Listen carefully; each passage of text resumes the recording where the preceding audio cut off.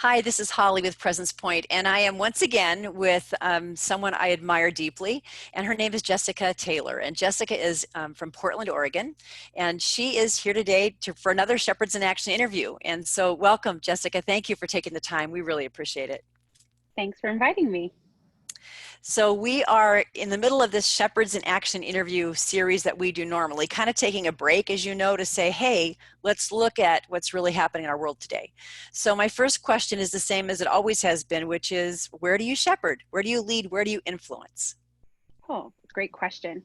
So a lot of places, actually, I get to shepherd at a nonprofit, at a church, and at a university, as well as in my home and with other people that I influence, that I mentor and disciple. So in a lot of different Christian organizations specifically. Wonderful.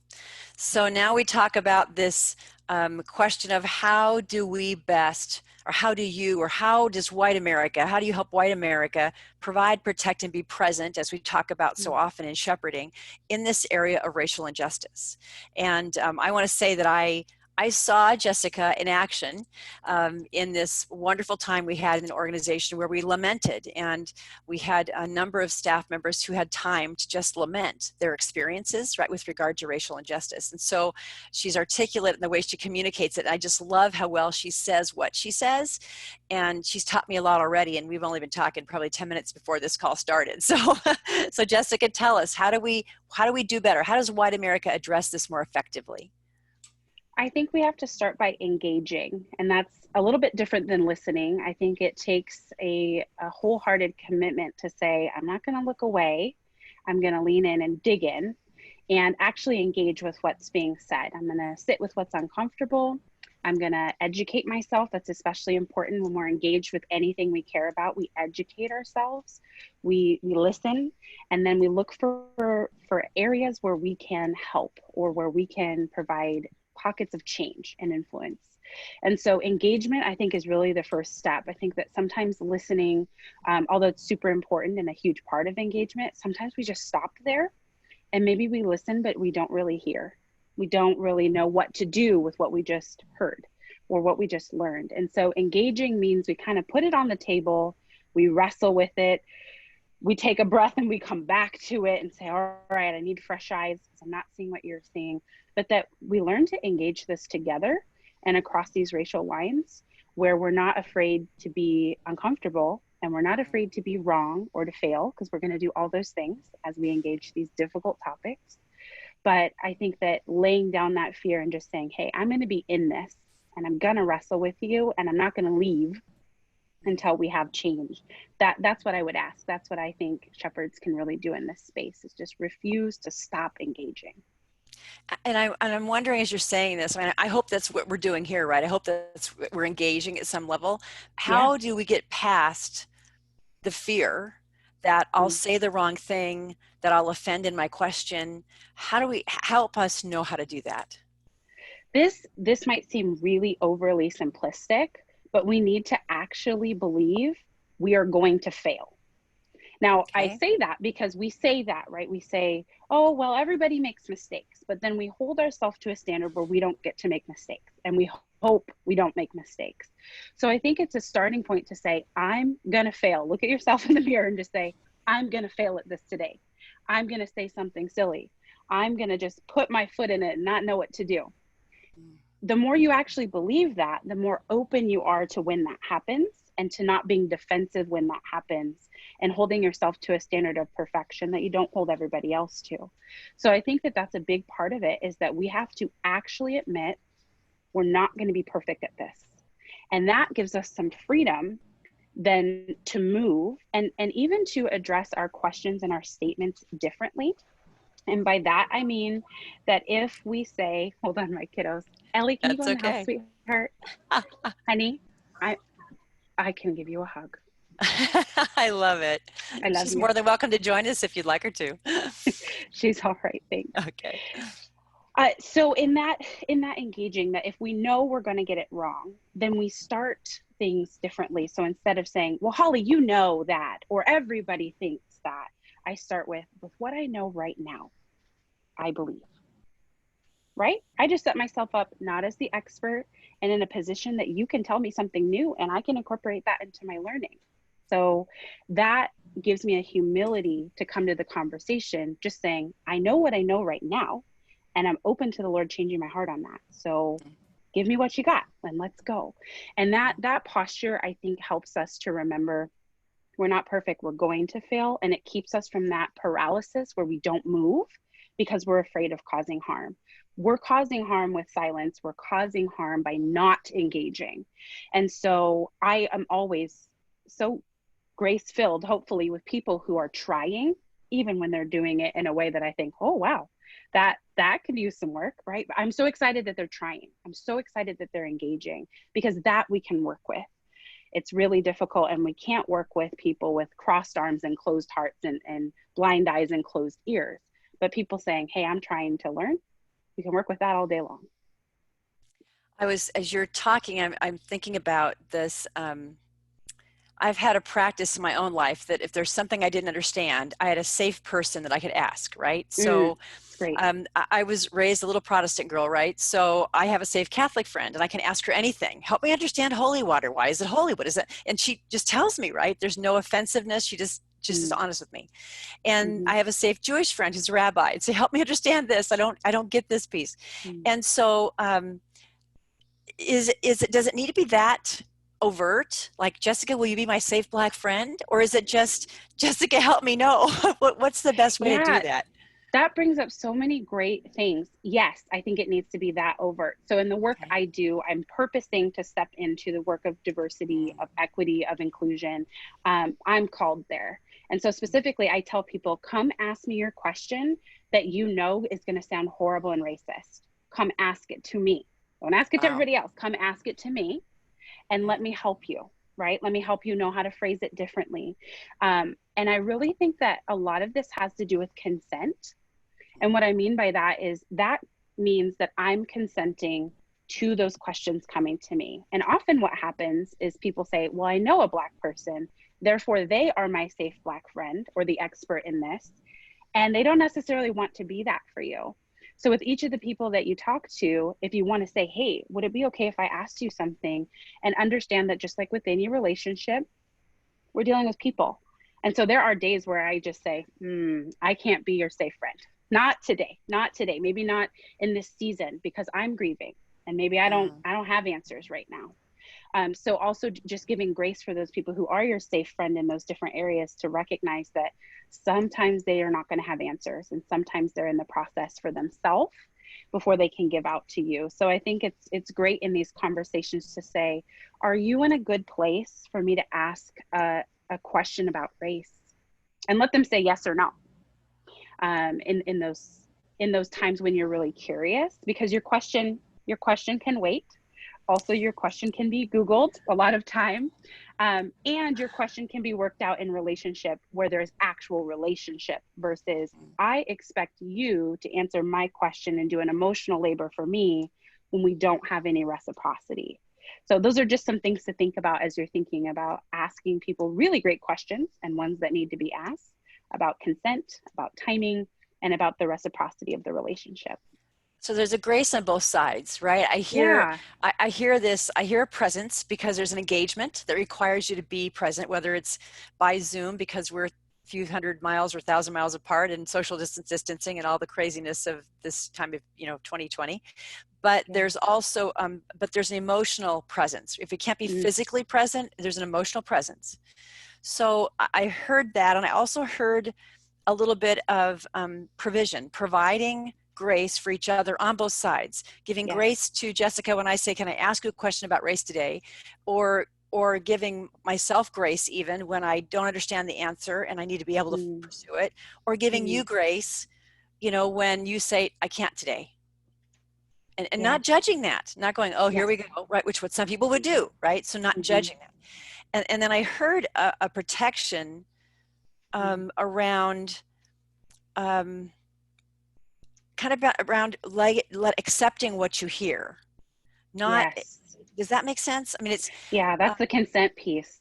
okay, that's the Yeah. consent piece. Yeah, where Okay. I don't take something for you from you that you don't want to give me willingly. And Okay. Yeah. I think that's really confusing because some of us are people of color who literally our job right now is to be talking about diversity, and yet we're humans. And so sometimes we say, hey, guys, it's a funeral for us right now watching Hmm. our country in the place that it is. And so, just like a therapist or a pastor or anyone else, when it's their loss, it's really hard to turn around and minister back to people who don't understand.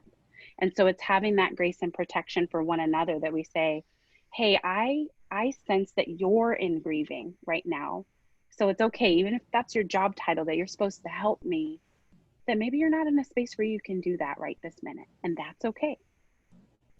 You know, you said something interesting. You used the term funeral, and Mm. I go back in my years of training where we did a lot of change management training, and there was a very old video. In fact, it was old enough that when the woman got frustrated with the change, she went into her office, closed her blinds, and lit up a cigarette in the office. Right? Oh, That's that's how great. old. Or nobody would even do that today. And I love millennials look at that and go, "Did they used to do that? Yeah, they really Yep. did." Yep. But it was interesting because the supervisor in that silly little example of moving from to a computer system, that's how old this video Mm. was, right?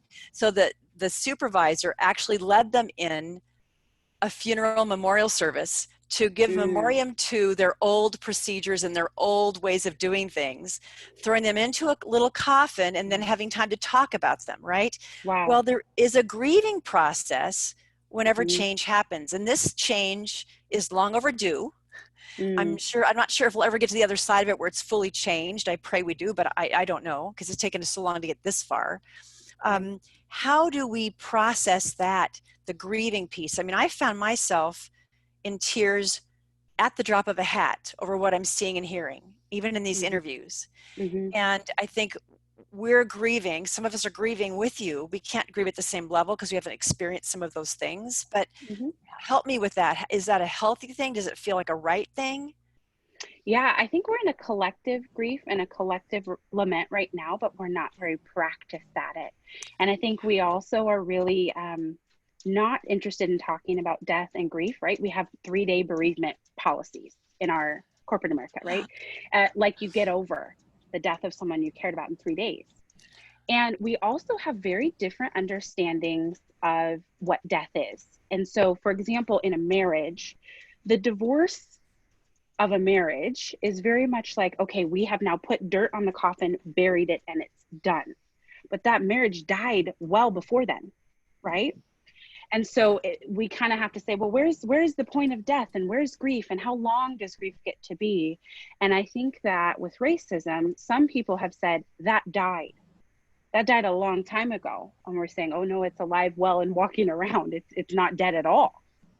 And so I think that where we are in process is going to be different based on where our perspective puts us, what we've educated ourselves to see, what we believe about the nature of racism or the nature even of our complicit action in the system that we're in, right? And so we have to come together and say, hey, collectively, what are we grieving? Are we grieving racism that we just saw filmed?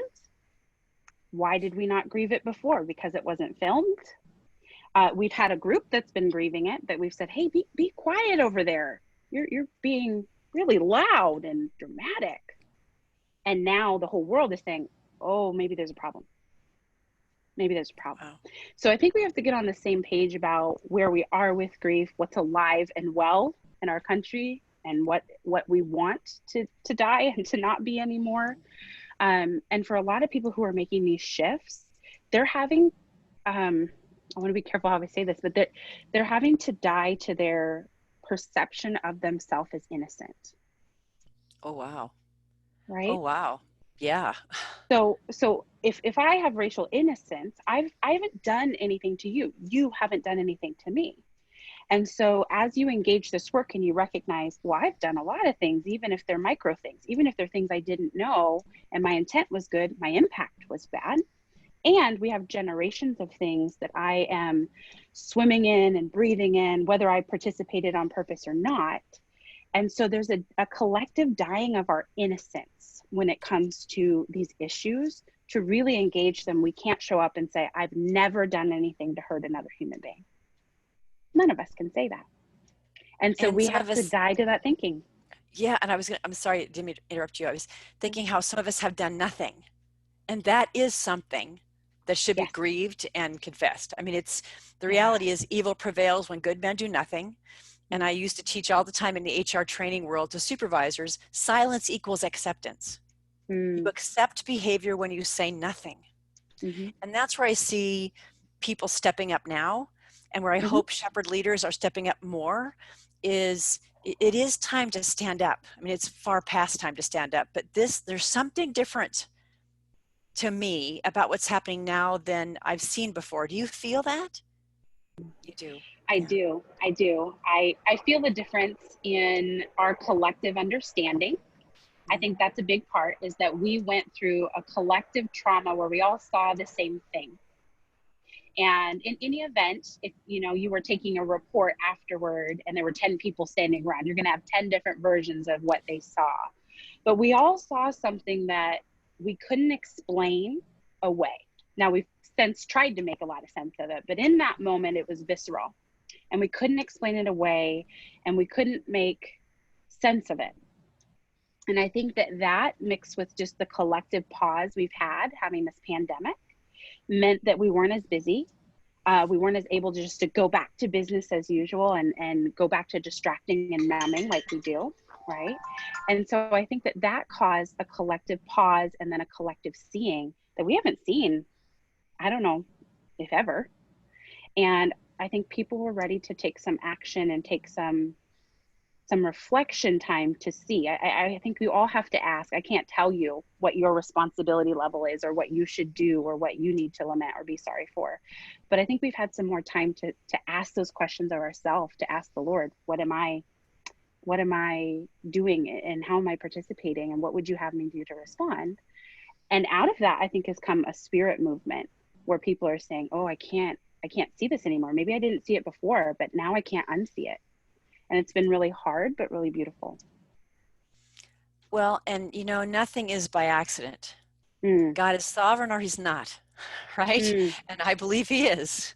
yes. And so you think about even what we originally looked at, or I originally looked at as a forced Sabbath, right? Our Hmm. COVID, our distance, social distancing, our sheltering in place, Yeah. and to think this is what's on some of the other side of it. You're right. And I hadn't thought of that before. We haven't, if it happened before, I mean, when it happened before, we weren't pausing enough. It'd be, oh, and move. Right now, we're still sitting, pausing, and Yeah. it's getting our attention. So, what word of encouragement would you give to shepherd leaders? You've given us much to think about, much to implement. Is there any kind of final word of encouragement you would give us as shepherd leaders to lead well, whether it's in white America, whether it's of color? What word would come from you, Jessica? I would bring it back to what I said just at the very beginning. Just continue to be committed to engage from a spirit level, not from a political one or even just a social one, but engage from the spirit. There is so much that you can do. There's so much that you can read and watch and listen to educate yourself. But just taking that one step and saying, here's how I'm engaging today. Maybe today I sign a petition, or maybe today I have a conversation, or today I read something new. But each and every step that we're taking is moving us to where we need to go and helping us continue to engage, because this can be really overwhelming. Yeah, it can't. That's a good word, and it has been for many, and it is maybe for the first time for some, which is Mm-hmm. sad, but very Mm-hmm. true. So, Yeah. well, thank you, Jessica, Thank for your you. time. I hope that those of you who are watching or listening just might even replay this and slowly think about, where do you engage? Where do you listen? How do you respond? Who's the safe person you can ask? Where's the grace you have to give? And that it helps you live into your calling more deeply as a shepherd leader. So this has been, I could tell you, a number of weeks of very interesting conversations for me that have taught me, and you, Jessica, are teaching me and helping me grow and develop, and I pray it does the same for you. So thank you for joining us, and may you live deeply into your calling this week. Take care.